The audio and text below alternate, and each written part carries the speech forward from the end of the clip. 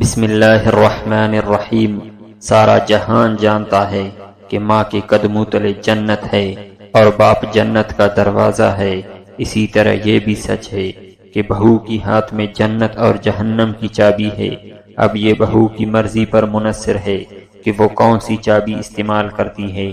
معاشرے کا جائزہ لینے پر پتہ چلتا ہے کہ اکثر بہو جہنم کی چابی استعمال کرتی ہے۔ یہی وجہ ہے کہ اکثر گھروں سے سکون اور اطمینان غائب ہو جاتا ہے اور برکت اٹھ جاتی ہے، خوشحالی روٹھ جاتی ہے، گھر جہنم بن جاتا ہے۔ آپ ہمیشہ الجھن کا شکار رہتی ہے جس کا اثر پوری خاندان پر پڑتا ہے۔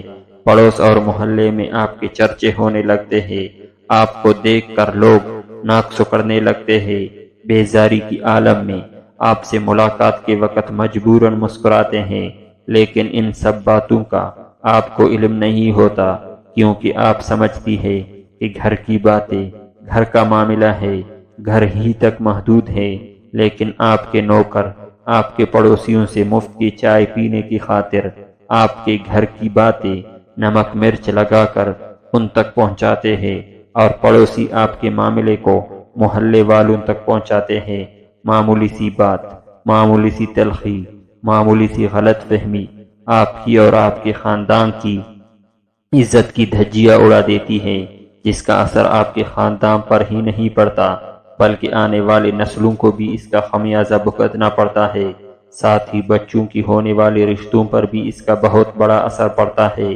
آپ اچھے رشتوں کی تلاش میں رہتے ہیں، لیکن چاہتے ہوئے آپ ان رشتوں کو حاصل کرنے میں کامیاب نہیں ہوتے۔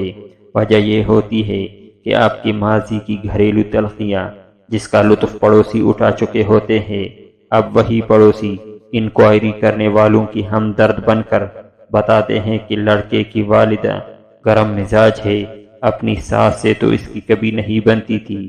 اب بتائے کون بے وقوف والدین ہوں گے جو ایسی رپورٹ ملنے کے بعد اپنی بیٹی کو آپ کی بہو بنانے کے لیے راضی ہو جائیں گے۔